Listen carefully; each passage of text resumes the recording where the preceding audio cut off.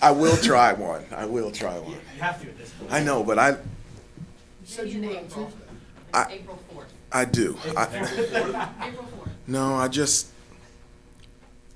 I like the cookies that I like, and so I love peanut butter and chocolate chip cookies, and so I don't want to veer away from that. So when I find something that I like, I kind of like try to stick to it. I saw a So picture of your high school game Tuesday, and I was wondering if you were dealing with the effects of having Illinois. yeah, it was actually a good game. It was a great game. No, I was okay. I was okay. I was okay. Do that as a joke. It's Kershaw. It's taken on a new life. Oh my gosh. Gotta beat me to it. Yeah. Oh my goodness. Hubert, this is going to be Leakey's last home game. Yeah. What has he sort of meant to the program since you've seen him? How have you seen him grow and mature as a player on both ends? Haven't had really time to think about that this is his last home game. I don't want it to end. I think my hope is everybody wants to be around good people. People that encourage you, people that put a smile on your face. In the 5 years that I've been around Leakey, 3 as an assistant and 2 as a head coach, that's what he's done for me. And that's the type of player that I want to be around and coach in person every day.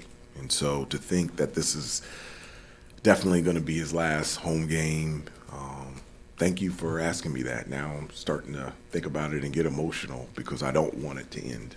He is a special player, but he's even more of a special person. And what he's done for this team, what he's done for this program and this university and this community, he doesn't understand the impact that he has because he's really quiet and he doesn't like to be in front of the camera. But what he has done is set up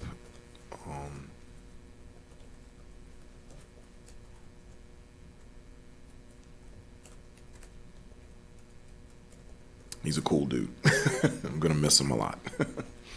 How have you seen him improve as a player? As a freshman, I remember him as a high school player. Yeah. How has he gotten better? Where has he improved? What have you seen the most jump in as a player? Well, it's hard to say how can you improve defensively, but I think every year that he's gotten better, on the defensive end. I think he's gotten better offensively. Obviously, being able to shoot the basketball, his ability to put the ball on the floor. He gives us another playmaker out there. Over the last 2.5 years, he's led our team in assist to turnover ratio. So, and having that versatility with his size and his athleticism, I think probably the biggest thing that he's improved on is that I feel like over the last couple years he has settled into his role and who he is. And I think that's very difficult for a lot of players is to realize what type of player you are and to be content, happy, and satisfied at where you are and understanding the value of the type of player that you are and what you can bring to a team and how beneficial it is. And Leakey's gotten there. And because he's there, that's why I feel like that, he's played so well. It's because he is settled and confident and clear on his gifts and his talents and what he can bring to the table every single day. Hubert Leakey has talked about how Jackie Manuel really helped change his life when they first met. How have you seen it work the other way too? Have you seen Leakey change Jackie at all since you've known him? Well, I think that's a question for Coach Manuel, but they have a special relationship that's beyond basketball, and that brings joy to my heart because I've always said that if the only thing that we're doing is coaching basketball, then we're not doing our job. It's more than just the X's and O's in basketball here. It's about relationships, and I always say that it's not a full ride. When you get a scholarship here, it's a full life ride. And so it's not just the amount of time that you spend here in North Carolina, but it's, you know, the times that you leave and you grow up and have families of your own and have careers moving forward from here. And it's the relationships that you have for the rest of your life. And Coach Manuel and Leaky have a very special relationship that that they will have for the rest of their life. Talk a lot about how great he is defensively. There are times he's been absolutely great. Yeah. Is he among the best you've ever seen? I do. I think he's one of the best that I've ever seen. One, because of his versatility. It's not just, I mean, he's guarded from point guards all the way down to power forwards and sometimes centers. And his ability to shut down a player, there's very few guys that I've seen since coming back as a coach, assistant, and as a head coach that's been able to do that consistently. And that's why I believe not only is his skill on the defensive end so beneficial and so great for us here, I really believe that that type of skill level alongside his improvement from shooting the ball from the outside is something that will be in the NBA next year as well. Yeah, I talked to you last year about the NBA, and you said unless you're just a star, you have to be great at one thing, be a specialist at one thing specifically Yeah. to keep you in the league. He's that good, you think, that he can I get do. on the roster and maybe stick around for a while? Yeah, I do. There's only a handful of dudes, you can put Kevin Durant anywhere. The Suns now, you can put him on any team and he's going to average 30, and he's just that type of player. Everybody else, we're role players. And one of the things that, we have talked about with the team is being a star in your role. And most of the jobs in the NBA are role player jobs, being a star in your role. And so not only can Leaky fill that role defensively and also shooting the ball from the outside, he can fill that role because he's a team player and he's a good person. And I think that means a lot. And I think it means a lot to organizations and teams in the NBA. What did he do over the past 2 years to develop into one of the best defensive players in the country? Because, obviously have the tools as a freshman, sophomore, junior, but kind of realize that potential. What specifically, how did he get there? Well, I think the biggest thing is his health. I think the first couple of years, he missed a lot of practices and a lot of games, and so he spent more time on rehab rather than practice and preparation. And so, especially in the off season, I felt like, his first 2, maybe 3 off seasons, it was all on rehab, trying to get healthy. And so over the last couple of years, he hasn't had to do that. And he's had the opportunity just to work on his game, and I think it's made him the player that he is right now. Hubert, because of Leaky's personality, and everybody's different, obviously, but do you encourage him in different ways than you might encourage, like an Armando, who you can maybe just bark at? Is that... You can bark at Leaky. Okay. Yeah, he'll bark back. He is. Well, How do you try to encourage him in, what are the things you try to tell him to keep him going? he really likes it. Well, I think everybody likes encouragement, but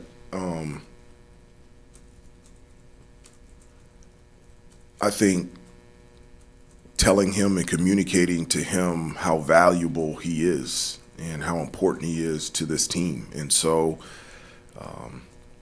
that goes back to him being settled on what kind of player he is and understanding and feeling empowered that what he brings to the table is of huge benefit for us as a team and for him personally being successful. And so he's quiet around you guys, but he's not quiet in the locker room, and he's not quiet to me. Could you see him later on in his life perhaps becoming a coach? I could see him be a coach, and I can also see him being a TV analyst. I really can. The time that I forced him to be on ESPN Game Day last year, he did not want to go. And so I said, okay, why don't you go on there with myself and Brady? And he still didn't want to go. And so then I told him a story about myself that I have never, ever liked public speaking, that I was in speech therapy class all throughout elementary school, middle school, high school. I stuttered a lot, and so the last thing that I ever wanted to do was do public speaking and be in front of a camera. And I said, I would have never thought that I would work 7 years for ESPN and now be in front of a camera almost every day. And so I said, if I can do it, you can do it. And he went out there with me, and he was unbelievable. And so I think he can do it. He's made 10 of his last 21 from 3. How different is your offense when he's able A lot. It's a lot when we're making threes. Do you have to kind of encourage him to be aggressive still I do. offensively? I do. Not necessarily just shoot the ball from 3, but, also attack the basket and make plays. The dunk that he had against Florida State, I think he can do that more. As I told you before, he's a facilitator, so even if he drives in the lane, his ability to find teammates, I think he can do that really well. But I do have to force him all the time. I said, Leaky, if you're open, shoot it.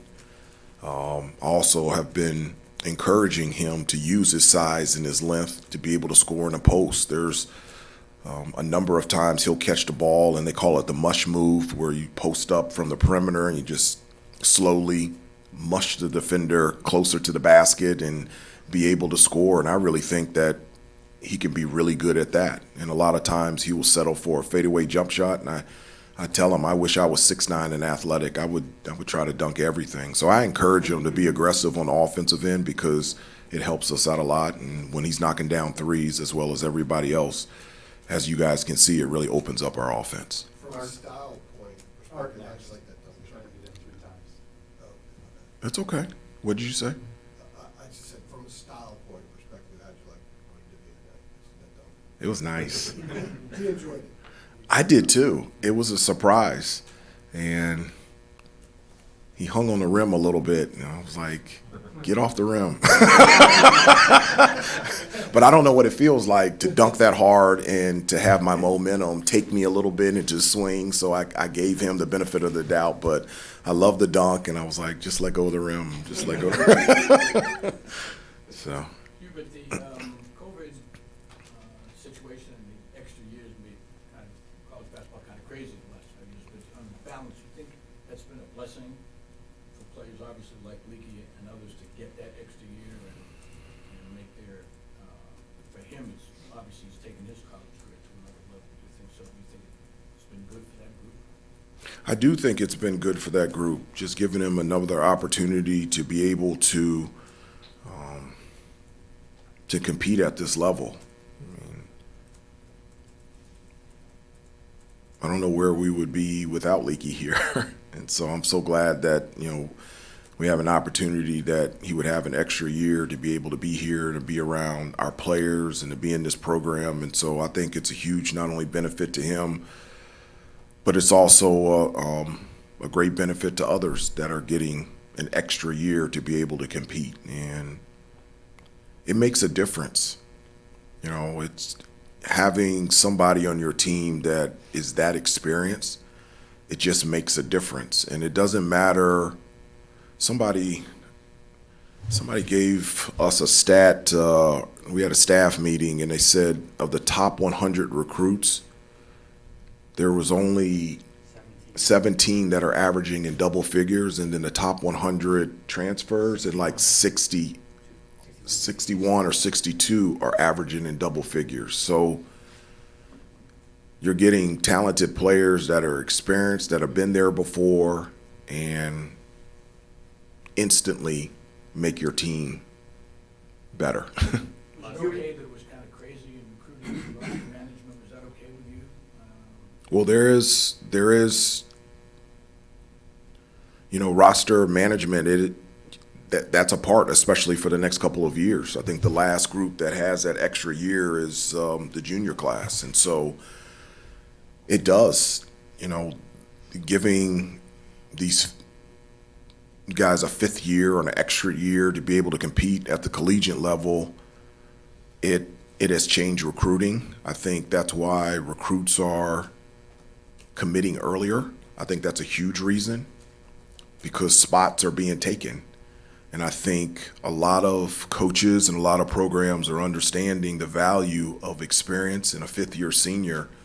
And so they're always having a choice. Do I take a really talented incoming freshman, excuse me, or a really talented fifth-year senior that has been there before, that you don't have to start from ground zero in terms of fundamentals and how hard it is to compete and be successful at this level? Hubert, last year, everything was new for you as a first-year head coach, and you obviously learned from that, but circumstances change, and these things are, every year is different. How has this season been a continuation of a learning process for you as a head coach? Oh, it is still a learning process. I mean, I'm only in my second year. I mean, I've told you before, the number one lesson that I've learned this year, as a first-year, second-year head coach, is that every year is different. It doesn't matter if you have the same team. In regards to us, we returned 14 to 17 guys off of last year's team, and this year's team is totally different